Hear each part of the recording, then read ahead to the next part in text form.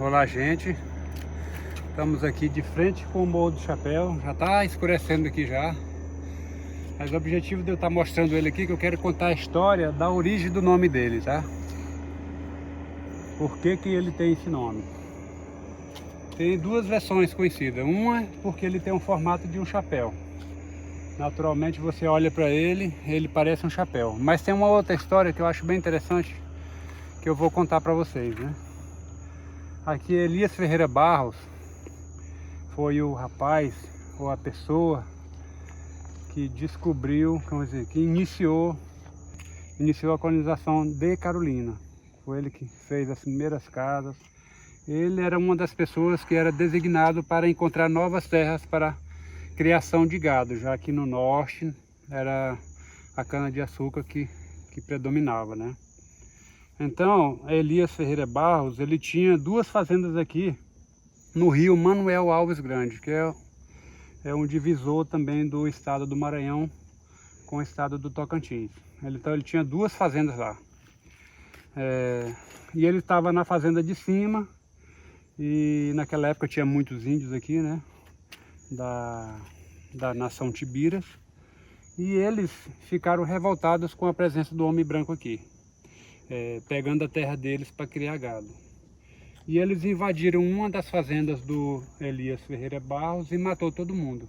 Foi bem trágico, mas faz parte da história, eu vou contar.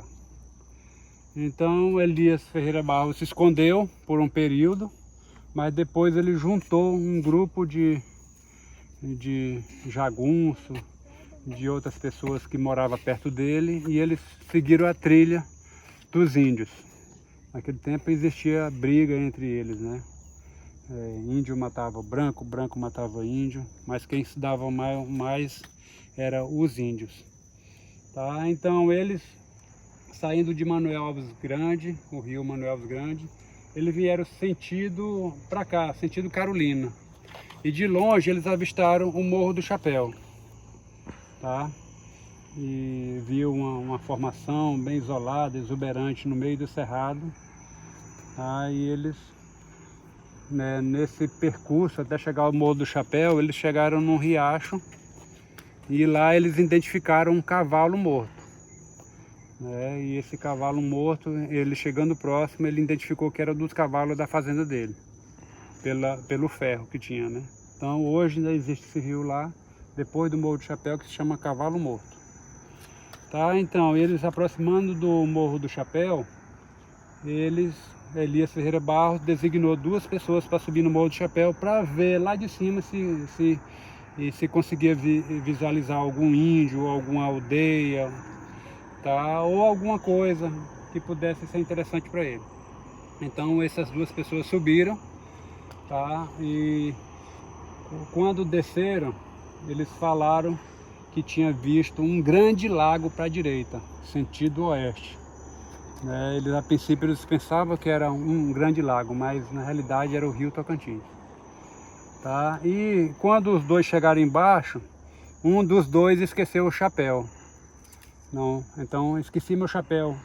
Então por isso que chama também, essa é historicamente tem um livro que fala sobre isso, e por isso que se chama Morro do Chapéu.